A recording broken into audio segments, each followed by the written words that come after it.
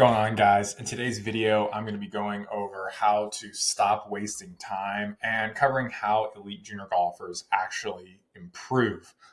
If you're new to the channel, this is all we talk about is helping junior golfers develop to play Division One golf and how to actually help them get there, not just some random fluff about mindset or any stuff like that. We're going to go into the real hard numbers and details of specifically what you need to do. If you're a returning subscriber, welcome back. Always good to have you. We got another good one for you guys today. So let's go ahead and jump right into it. How do you make sure that you're not wasting time when you're practicing? It's one of the most common things that I see amongst junior golfers. And before I go into the details, I just want to go over some of the basic things that I just see constantly screwed up by junior golfers, by parents, by coaches. And, to be clear, everyone's trying to do their best here. There's just some problems about the way that they're approaching, which is why, we're kind of struggling here. So an important frame of reference here, a couple things. Number one, the purpose of practice is to improve your ability to score, right? Like that is the reason that we're going to go and practice. So anything that doesn't improve our ability to score is essentially a waste of time, right? We're taking time, we're taking money, we're taking attention to things that could otherwise cause us to score better. One of the most common things that I see amongst junior golfers, especially those who are, have high aspirations, they want to do really well, they get into this place where they think that the way that they're going to get better is they're going to get a swing lesson or they're going to get a chipping lesson or whatever, and then that is going to materially change their game. They go out there, they're shooting 83, and they're like, you know what, I want to score better. I'm going to get this lesson. I'm going to make my swing look real good, and I'm going to shoot 68 or 72, and that's just going to be how it is for me going forward. And as a junior golfer who did that, I can absolutely tell you that is not true whatsoever. That is not how this stuff works. You do not go from shooting 82 to shooting 72, improvement of 10 shots because you change your swing. It just doesn't happen. I would kind of equate this to, I can give you a Ferrari, but if I have you racing against someone who is a professional racer, and they I don't even know if that I think maybe it's a professional driver, but I put them in a Camry, they're gonna beat the crap out of you, right? Because they understand what they're doing, they understand how to get the most out of what they have. And unfortunately, most junior golfers are just never taught how to actually play golf and understand how their game actually works. That's the biggest disconnect here. And so we end up in this cycle. Even when people come to me, my main thing, I help junior golfers develop to play Division One golf, and I help them do that, really well compared to at least normal. The average junior golfer improves by about 1.18 shots per year. And to be fair, most of that's just because they hit the ball further. That's not even the scores are coming down. I've got other videos that go more into the details of that. But when I work with students, on average, across every single student I work with, not just the ones who do exactly what I tell them to do, they're improving by about 3.6 shots per year. So about 3 times faster than normal. If I really just segregated to like the kids who are just like super on it, it's about 4.5 shots per year, which by all estimations from what I've seen is pretty exceptional. That's not to brag. That's just to say like what I'm talking about to you guys actually does work, and it does have a pretty big impact. And the things that are missing here, or one of the common things that I see parents saying is just like, well, Connor, that sounds great, but I don't think my kid's ready for that. I think that they just need a few more swing lessons. Or, my kid just played in this tournament. They just shot 82. They're 14. Like, I feel like they should be better if they want to play Division One golf. Let me go getting lessons. Let me go get another chipping lesson. And then, once they're a little bit better, then we'll get this help. And I don't mean to be disrespectful to those parents, but I mean, that's just bad logic. It doesn't make any sense to say, oh, well, we're doing this process. It's not working very well. We see your process would work better, but we just don't think we're good enough. So therefore, we're going to do this other thing. And then eventually, once we are good enough, then we're going to like, if you're already good enough, you don't need my help. Just keep doing whatever you're doing. It's pretty straightforward. The reality here is doing, essentially that of going out there, getting swing lessons, working on the swing, grinding on the driving range. That stuff does not work very effectively as far as lowering scores. It might work as far as, swing looking better, but especially when we talk about elite scoring ranges, it doesn't work. Even in the higher scoring ranges, it's not terribly effective. So again, here, this is just to say, if you're going out there and having that logic, bad logic, if that's something you want help with, there's a link below this video in the description, application. If you're interested in working together, just go ahead and fill out that application. We'll schedule a call where we'll look at your specific situation, make sure that I can actually help you. I only take on players who have a high probability of playing Division I golf. I don't want to jack up my own numbers. I don't want to take on your child if they're in a position where they don't take golf very seriously. So this is for players that are very serious. If that's something you want help with, again, link in the description there. Anyway, back into the video. How do you actually do this? What are the actual things you should be focused on? Well, thing number one is you want to understand where you're at right now. Like, if you don't have a clear perspective, like, here's my scoring average, here's my scoring differential, here's the tournaments that I'm playing in, you can't be very strategic about how you're going to improve, right? And the whole point of practice, going back to the beginning here, is to shoot lower scores, to be more effective in that. So we have to understand where we're at. One of the things that I saw recently is I was talking to a family, and they're in a position where their child had shot a higher score, what they felt like was unacceptable as far as being able to play Division I golf. And the reality here was the scoring average is about 79. When I looked at about 79 and a half. Kid shot 82. And, from their perspective, it was really, really bad. And I was like, okay, you got a scoring average of 79. You shoot 82. That's 3 shots off, arguably 2 shots off where you should have been on average. And you played terrible. Well, like, that doesn't tell us, like, that's not even bad. Like, that's just like relative to everything else. It wasn't actually that terrible. And so you end up in this kind of position where you have these warped perspectives because you're not looking at objective data. So this is just kind of the first thing I want to encourage all you guys to do is look at the objective data. If your child's not already ranked on junior golf scoreboards, like, get them ranked, right? Like, play in the tournaments that are going to get them ranked so you can have a clear perspective. Like, here's where our scoring average is. And, just so we have, understand where that's at, and then we can be strategic about this. So that's the main point we want to start with. Once we have this, once we are ranked, the next step here is you need to track your statistics, right? If you're not tracking your statistics, it's like, okay, cool, we got scoring averages, 76.8. So what? Right? Like, how do I get better? It's like, I'm still in like square one here of like, well, I guess I got to go work harder on the driving range or something like that. One of the most common things parents say to me is like, I think my kid needs to work harder. I'm like, how often do they practice? They're like, practice every day. I'm like, then they don't need to work harder. They just need to do better with what they have, right? It's not the affect. It's not the intensity that they need to have. They just need to do the right thing. That's just a question of like, do they do the thing or not? And if they're not sure about what to do, of course they don't do the right thing because they're not sure. Sorry, I get excited about this stuff because it's just, I've lived it, I screwed it up, and I want to make sure you guys don't do the same thing. So anyway, you want to track their statistics.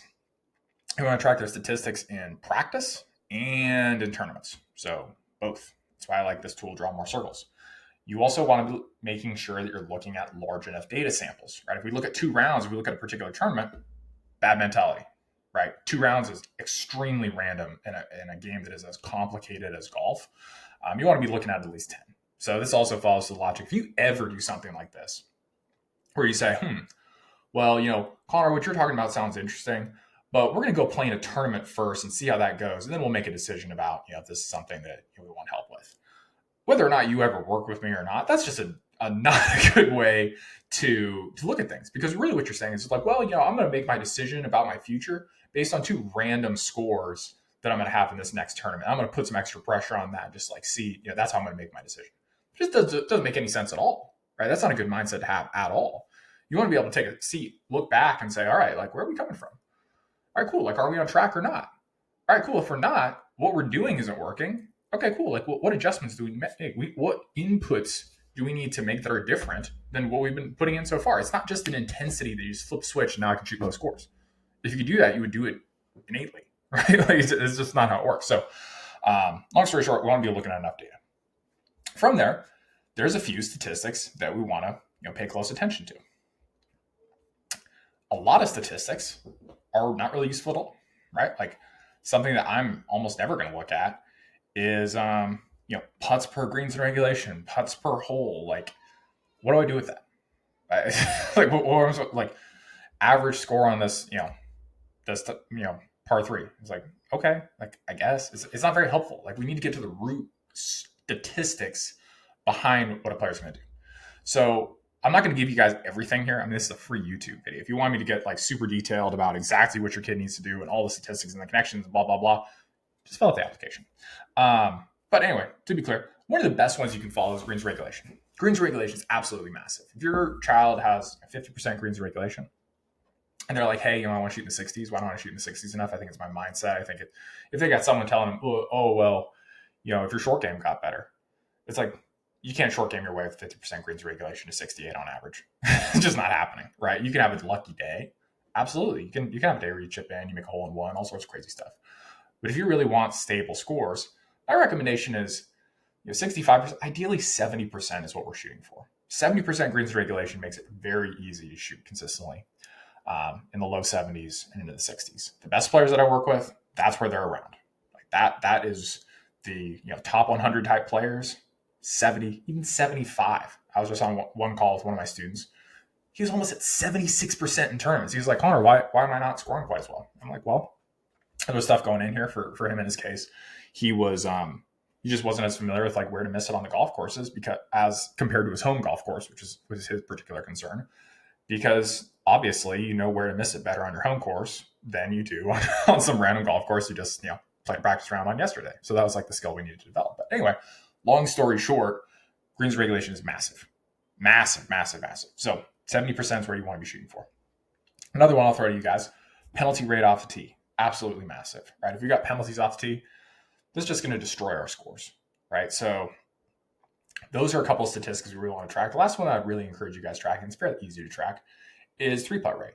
So if you're in a position where you're three-putting more than once around, you're losing a significant number of shots just based on the fact that we're giving away shots once we're on the green, right? And long story short, we need to be tracking our statistics. We need to kind of have an understanding of where these statistical benchmarks are going. And then we need to design practice around those particular areas. So if we're talking about, hey, we have too many penalty shots off the tee, we want to be able to ask the question, all right, why? Are we too aggressive off the tee, right? Are we hitting driver in a 30-yard windows where you got like hazards and all kinds of crap and we should have been laying back? That could be an option. We could be trying to hit the ball straight and the ball's going both ways. Every now and then we have a bad swing, ball's gone, right? That could be a problem. It could be a situation where we just don't hit a lot of drivers on the driving range. And drivers are hard hit. Maybe we're just out there hitting 7-irons, right? We need to be very explicit about like, okay, we've got this problem, but like, why, right? It's oftentimes the swing coach is going to look at it and be like, oh, well, we need to change this thing mechanically. It's like, all right, that's fine. Maybe that's the answer. It's not necessarily the easiest answer. And so we just want to kind of like work down a priority list of, what is the easiest thing to change? For me, when I'm working with a student, that's where I like to go. Because if I go in there and say, hey, let's go change your golf swing. Well, how long is that going to take? Like that could take months. That could take longer. It's not going to happen in a day. Like even if I change it, even if I get it looking exactly the way I want, do you have ownership over that when you leave the driving range? Nope. Like, do you have ownership over that in a week? Nope. It's just, it's a bigger gamble. And maybe you could walk away from that and be like, man, I hit the driver worse. I want to go back to my initial swing feel. Kind of hard, right? Versus if I tell you, hey, you're just hitting driver into like these really tight windows, stop doing that. Like layup in these particular scenarios. How easy is that? It takes me 10 minutes to communicate that to the player, and they go out there and they get results instantly. We could be in a scenario where we drop a shot or 2 shots just because it's like, oh, now I'm a little bit more intelligent about my tee shot strategy. Long story short, we need to have these statistics so we can be intelligent about the way we're going to practice and what we're going to do. Because if it was truly a scenario like that, where it was just like, yeah, if you're hitting driver into windows you shouldn't be hitting driver into, so just stop doing that. They don't even need to go practice. They just need to go make sure they're hitting the right shots. They need to keep playing. Just go implement that, right? It could be that simple. Greens regulation, another example. We're going to want to look at something like, how does the greens regulation stack up on each one of these holes? For par 3s right now, this is exceptional. For par 4s, pretty good. For par 5s, I would say there's room for improvement on the par 5s. One of the obvious questions that we can ask from this is saying, okay, cool, par 5, 73% greens regulation. Why? Right? Like, why is it 73%?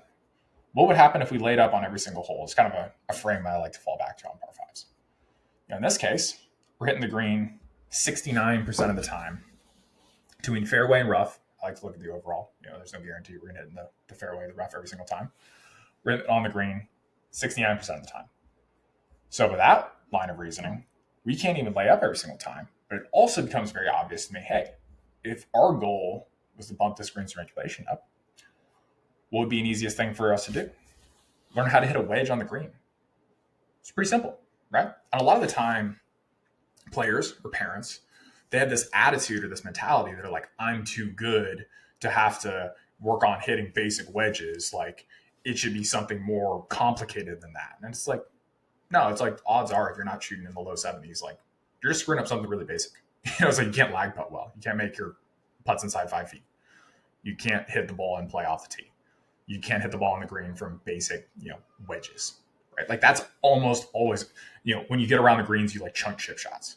Like that's what it is. And I want to make sure you guys are clear about that. I think one of the most important things to understand here, and it's kind of a pill to swallow, but playing Division I golf isn't as hard as you think, but you're also not as good at golf as you think that you are. So it's just as soon as you swallow those two things, be like, okay, it's not as hard as I think. I'm also not very good. It's like, all right, just accept that. And then go out there and be like, all right, cool. Can I just do the basics?